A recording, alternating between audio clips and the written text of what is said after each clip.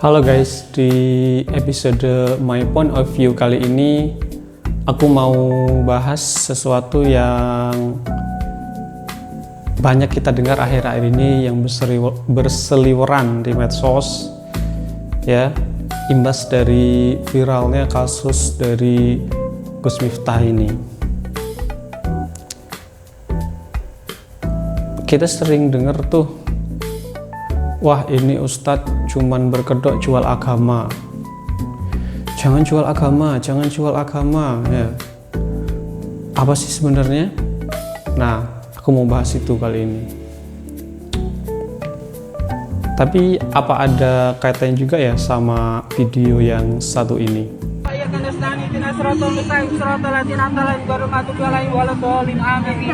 Allah, kabulkanlah semua keinginannya keluarganya Budiah ini ya Allah.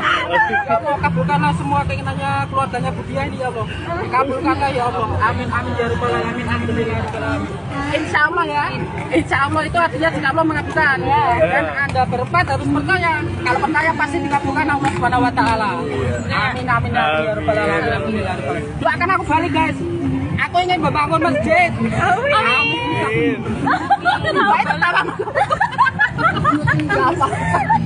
Balik ke mana? Akan aku balik. Aku ingin membangun masjid. Sebelum aku lanjut videonya, kalau kamu suka dengan video ini, please support dengan cara subscribe, like, komen, dan share. Terima kasih. Video ini unik banget. Jadi sepertinya bapak ini kreatif sekali, sampai dia punya ide untuk membuat jasa mendoakan. Jasa mendoakan, ya.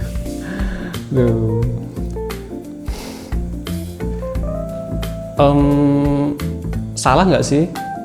Kalau menurutku sih nggak salah aja ya, selama itu tidak melanggar undang-undang, juga tidak melanggar syariat agama. Menurutku nggak salah juga. Toh buktinya ada yang memakai jasanya bapak ini. Tapi yang ingin aku sampaikan di sini adalah agama itu ketika kita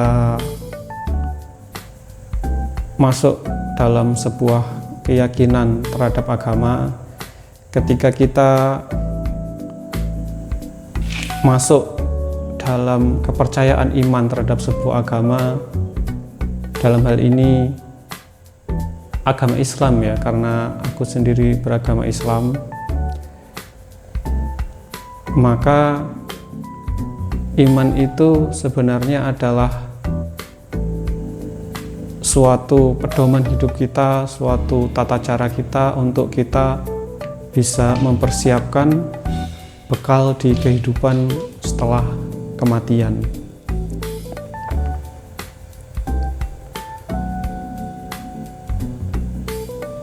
Hal yang paling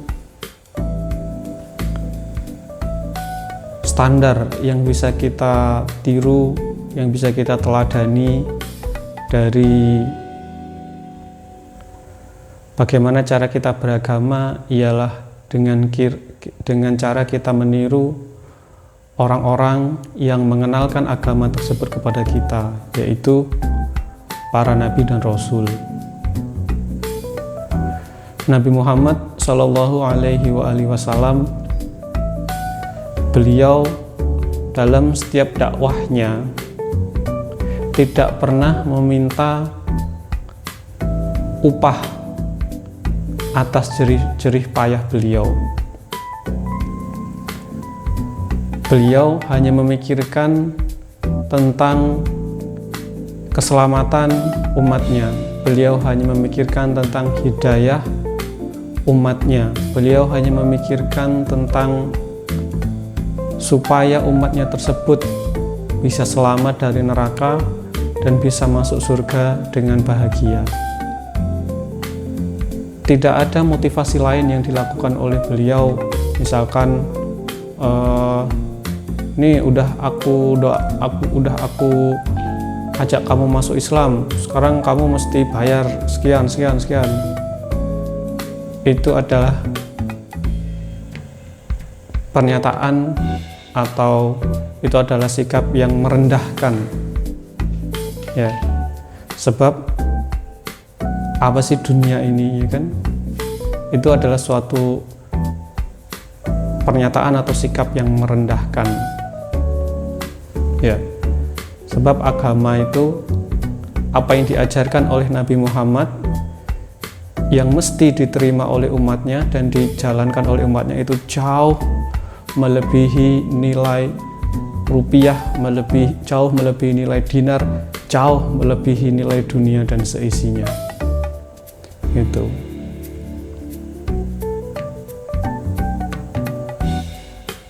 Banyak lagi ayat Al-Quran yang menjelaskan atau menceritakan tentang bagaimana nabi-nabi itu mereka berdakwah tetapi tujuannya bukan untuk meminta upah. Contoh Nabi Nuh, contoh Nabi Muhammad, contoh Nabi Ibrahim, dan banyak lagi. Nah, lantas bagaimana ketika fenomena akhir-akhir ini ada istilah-istilah, ada sebutan-sebutan yang melabeli ustadz-ustadz itu adalah jual agama. Maksudnya adalah mereka memakai simbol-simbol agama atau memakai ajaran-ajaran agama hanya demi mendapatkan keuntungan-keuntungan pribadi yang itu tidak sesuai dengan apa yang diajarkan di dalam agama itu sendiri. Sebenarnya ketika kita ingin berdakwah, dakwah itu bukan sebuah profesi atau ladang untuk mencari penghidupan dunia. Itu salah. Dakwah itu adalah jalan kita untuk mencari penghidupan akhirat. Dakwah itu tidak boleh memasang tarif. Dakwah itu harus dilakukan secara ikhlas supaya tidak tercampur niat bahwa kita dakwah itu sebenarnya yang kita cari itu apa, ya. Kita cari rupiah atau kita cari ridho Allah? Kita cari rupiah atau kita cari amar ma'ruf nahi mungkar? Kita cari rupiah atau kita cari popularitas? Kita cari rupiah atau kita malah sebenarnya tidak ada ikhlas di dalam hati kita, tapi malah riya, ingin dilihat oleh orang. Itulah pentingnya niat, keikhlasan di dalam masing-masing hati kita.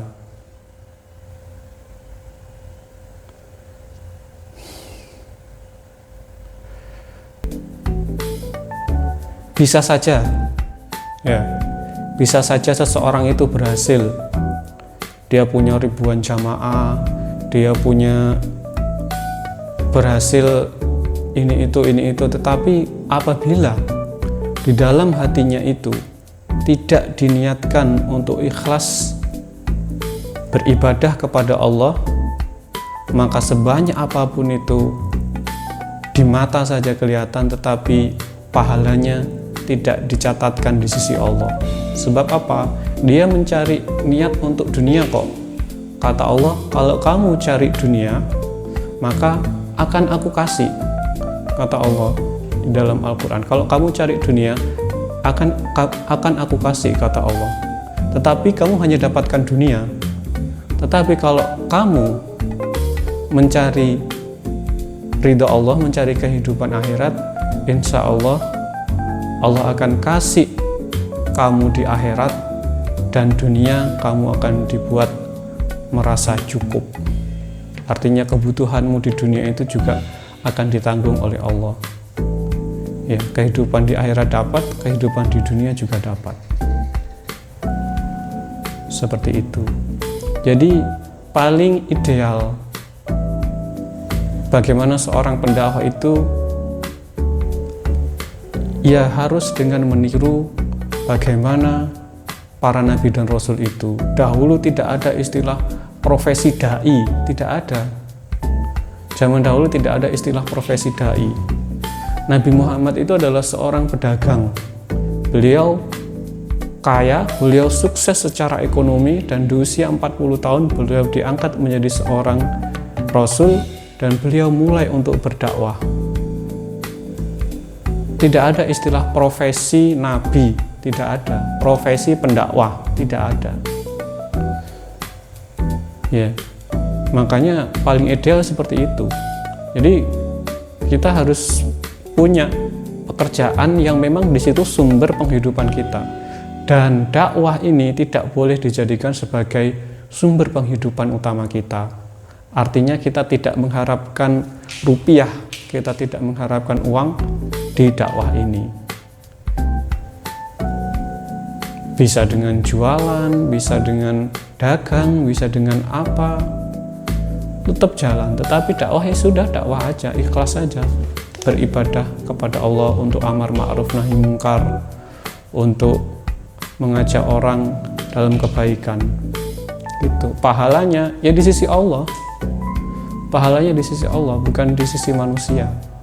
Itu seperti ini yang harus dimiliki, seperti ini yang harus hatinya ditata kepada semua calon-calon pendakwah, ya, calon-calon ustadz, calon-calon dai, bahwa jangan mencari uang di jalan dakwah, karena itu adalah salah.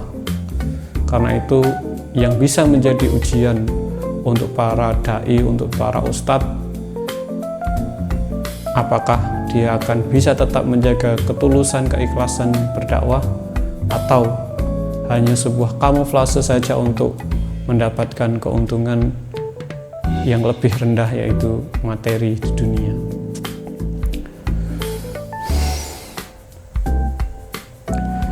Saya hanya memberikan nasihat kepada diri saya sendiri. Semoga dengan nasihat ini saya bisa menjadi lebih baik. Kalau kalian merasa ada yang betul dari ucapan saya dan kalian merasa itu bermanfaat, silahkan kalian simpan, silahkan kalian praktekkan di kehidupan kalian. Kebenaran dan hidayah itu hanya milik Allah, kesalahan hanya milik saya pribadi. Terima kasih. Assalamualaikum.